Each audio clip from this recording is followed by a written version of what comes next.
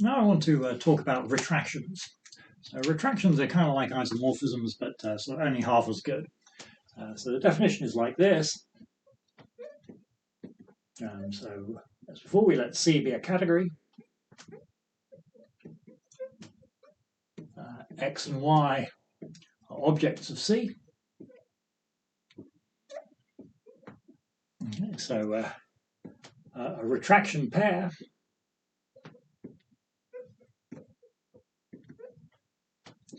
for XY is a pair of morphisms.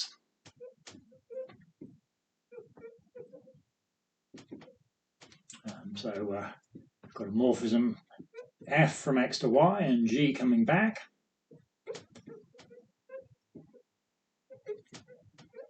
G composed with F is the identity on X, and there's no condition on F composed with G. Okay. And F composed with G can be anything, but G composed with F is required to be the identity. And we say X is a retract of Y if such a pair exists.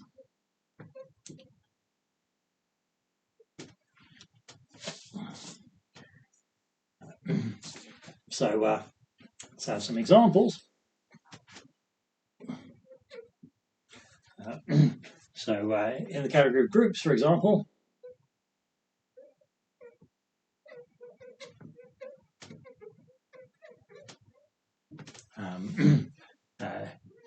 G is a retract of G cross H.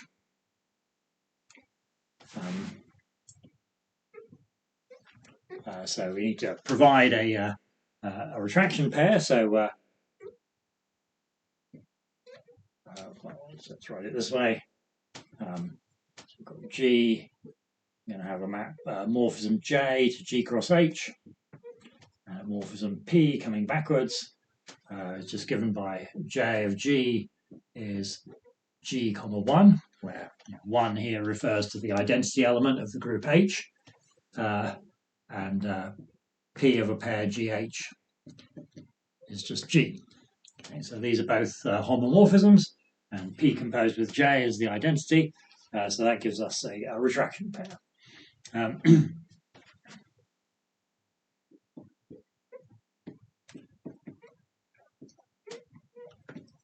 In the category of topological spaces, I want to claim that S2, say, is a retract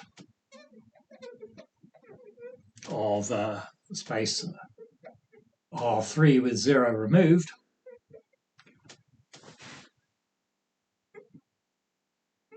So to prove that, we need maps this way, sort of like this.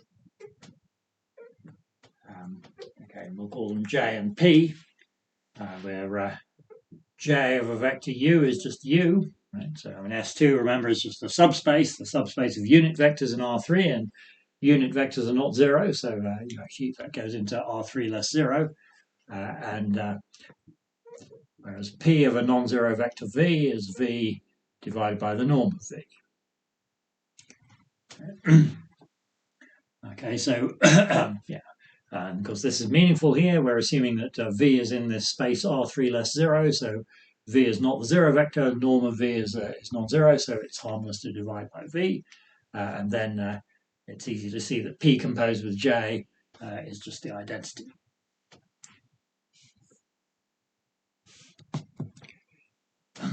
So here's another example.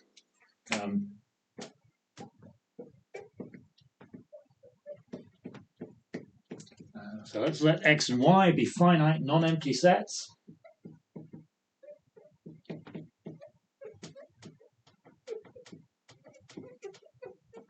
And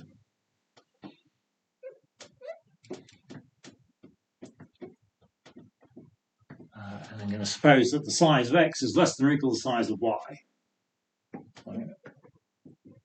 I claim that X is a retract of Y,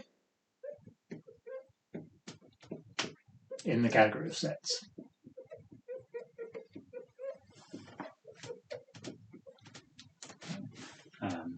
So proof.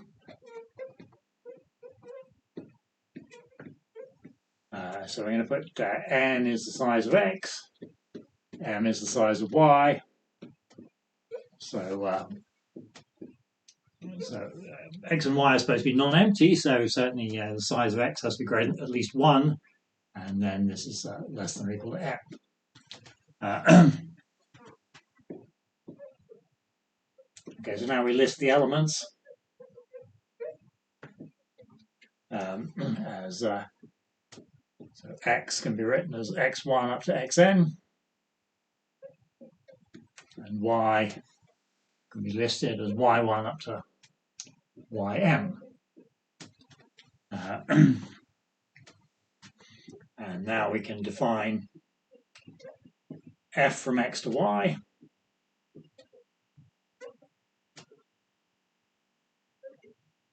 Just by sending each xi to yi.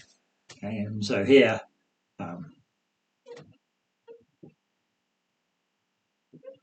so we have this is supposed to be valid for I from 1 to n, and then because n is less than or equal to m, yi is meaningful in that range. And then we define g from y to x.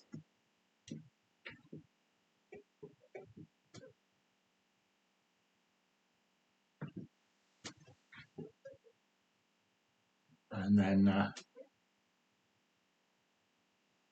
define g of y1 is x1 up to g of yn is equal to xn, and then there might be some further y's.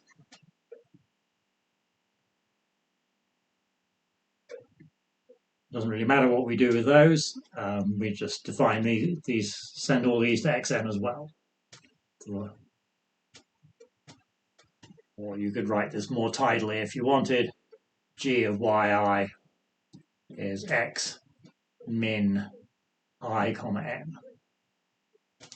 Okay, so then it's clear that G composed with f of xi is just xi for I from 1 to n. In other words, G composed with f is the identity on x. So we've got a retraction pair.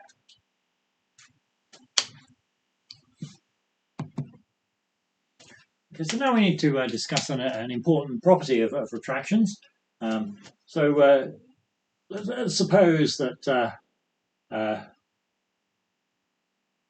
the objects of our category C are sets with some extra structure.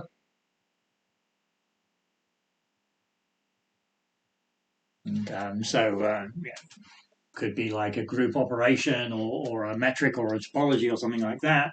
So that's basically covers all the examples we've looked at so far, and the morphisms are structure preserving functions.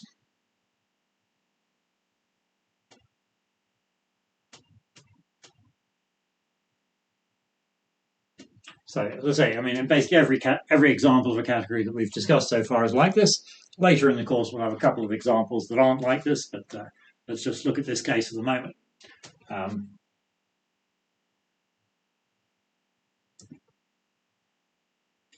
Okay, so now suppose we've got a retraction pair like this.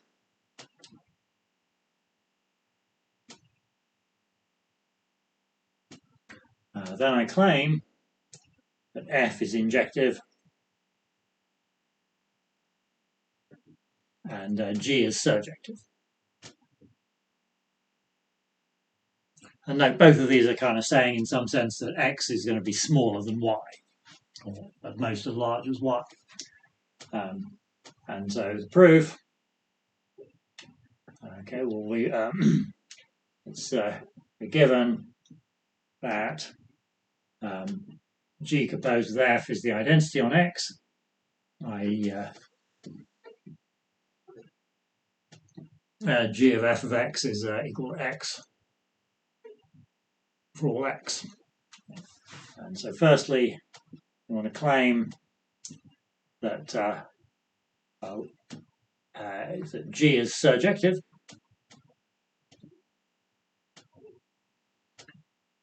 So what does that mean? So suppose X is in X.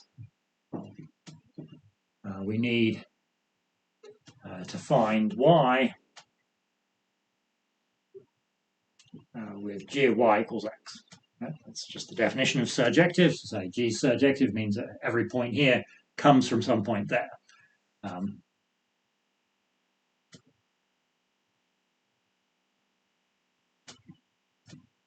And for this, well, there's an obvious choice. We just take Y to be equal to f of x, because we've got this relation here. G of f of x is x. So we take y as f of x, then G of Y is x.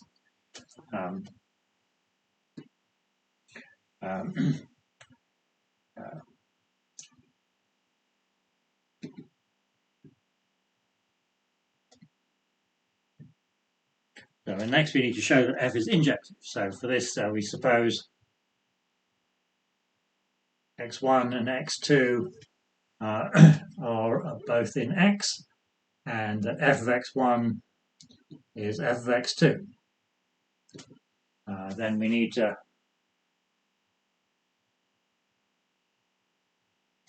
show that x1 equals x2. That's just the definition of what injective means. So we apply G to this equation star. So that gives G of f of x1 is G of f of x2.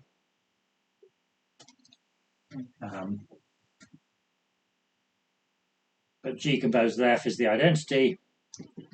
So this equation here can be rewritten as x1 equals x2 as required. Okay, so in this kind of case of concrete categories like this, if you've got a retraction pair, then the F map has got to be injective and the G has got to be surjective. And so as a corollary of that, let's say if so G is a retract of H in a category of groups,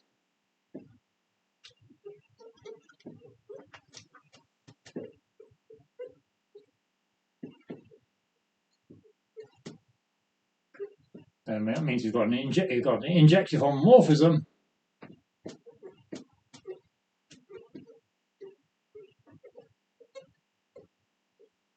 from G to H. Therefore, G is isomorphic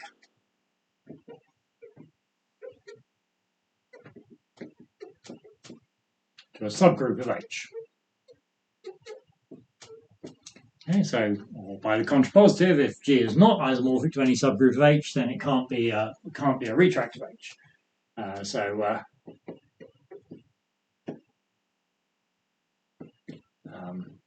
If H is abelian and G non-abelian, well then in this case obviously G can't be isomorphic to a subgroup of H, then G is not a retract.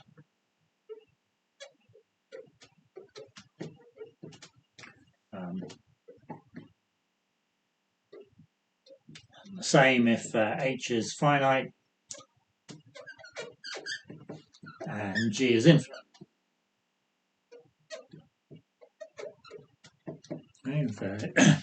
If H is finite, then every subgroup of H is finite. So if G is infinite, then it can't be isomorphic to a subgroup of H and therefore can't be a retract of H.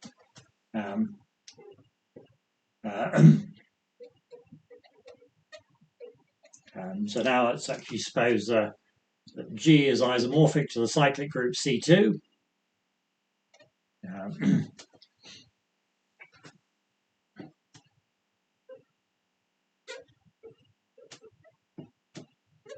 And let's say that H is isomorphic to Z as a group under addition. Okay. Well, that means G has an element of order 2,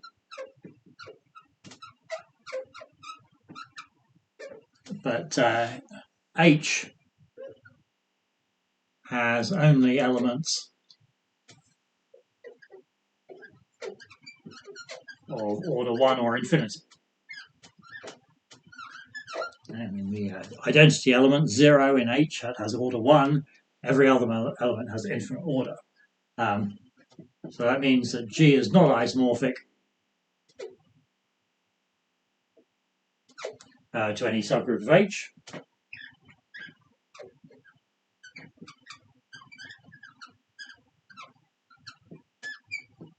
And therefore it's not a retract of H.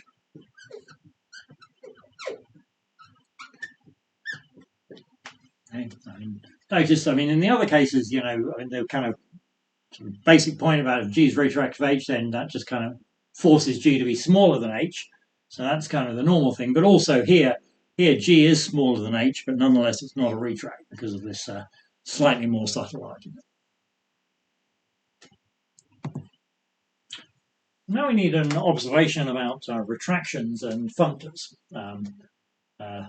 Okay, so let's let f from C to D be a functor.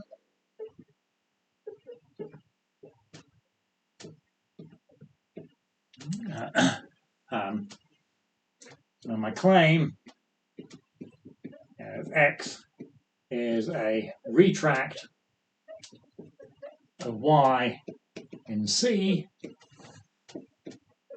then Fx is a retract of Fy in D.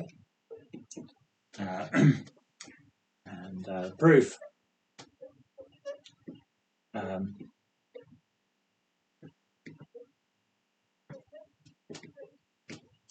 Well, if X is a retract of Y, then that means that we can choose a retraction pair consisting of a morphism F from X to Y and G from Y to X, with G composed of F is the identity on X. Then we look at then firstly we certainly got these morphisms here, FF and FG going like so, and then you've got FG composed with FF. Well, firstly that's the same as F of G ring F, right? That's because functors preserve composition. That's one of the two axioms for a functor, and that's but G composed with F is the identity on X by this assumption here, and then that's the same thing as the identity on Fx, because that's the other axiom for a functor. Functors have to preserve identities as well as preserving composition. Okay, so that proves we've got a retraction. And then the contrapositive, of course,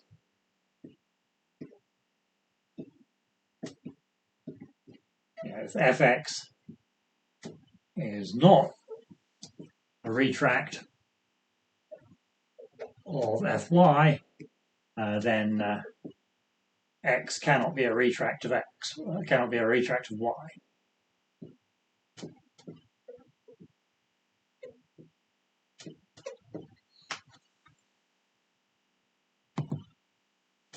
So let's have a topological application of this.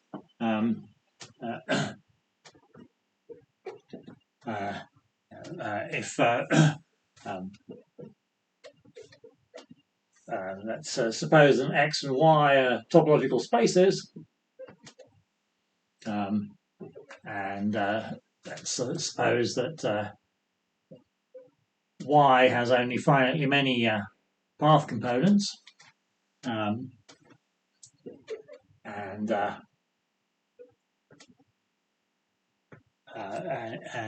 suppose that pi 0x has, pi 0x is strictly bigger than that.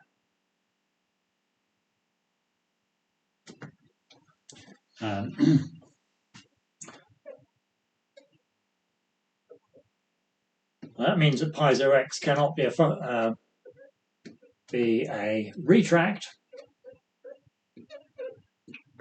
of pi 0 y, because if that was a retract, then you'd have a surjective function from pi 0 y to pi 0 x, which would force the size of pi 0 x to be less than or equal to that of pi 0 y.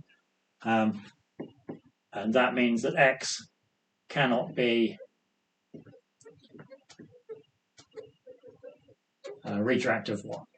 Okay, so that's a interesting kind of result we can have to prove that one space can't be a retract of another one. Because here we use pi 0, which is a rather crude and not very sophisticated functor. Later in the course, we'll have much more interesting functors to which we can apply the same sort of logic. And along the same lines, let's say, suppose that y is path connected. And remember, that just means that the set pi 0 y has size 1. And now let's suppose x is a retract of y. So then we note that pi 0x is a retract of pi 0 y. But it's pretty easy to see that a retract of a one-point set just has to be itself a one-point set.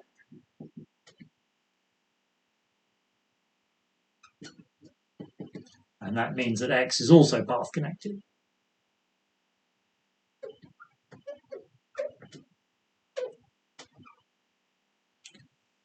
So that's all we're going to say about retracts for the moment.